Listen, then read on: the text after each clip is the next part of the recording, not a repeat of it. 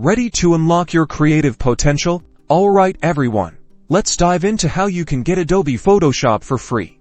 There are several ways to do this. First up, if you're a student or teacher, you may be able to get access to the software via your school or institution that have special licensing agreements. Next, the most straightforward path is usually the Adobe Photoshop free trial. Head over to the Adobe website and look for the free trial option. Click it and follow the on-screen prompts. You'll likely need to create or log into an Adobe account, then download and install the software on your laptop. Remember, this trial usually lasts for a limited time, such as 7 days. Once your trial period is over, you may need to explore other options. Consider checking out alternative editing software. Many excellent free and open source programs, like GIMP or online options like Photopea, can replicate many of Photoshop's features. Finally, let's look at the subscription option. Often this is the most dependable and up-to-date manner to use Adobe Photoshop. Check the plan options for Photoshop on the Adobe website. Once you know the subscription that meets your requirements, make the purchase and confirm. Doing this may be the most beneficial because you'll have all the features and newest tools available to you.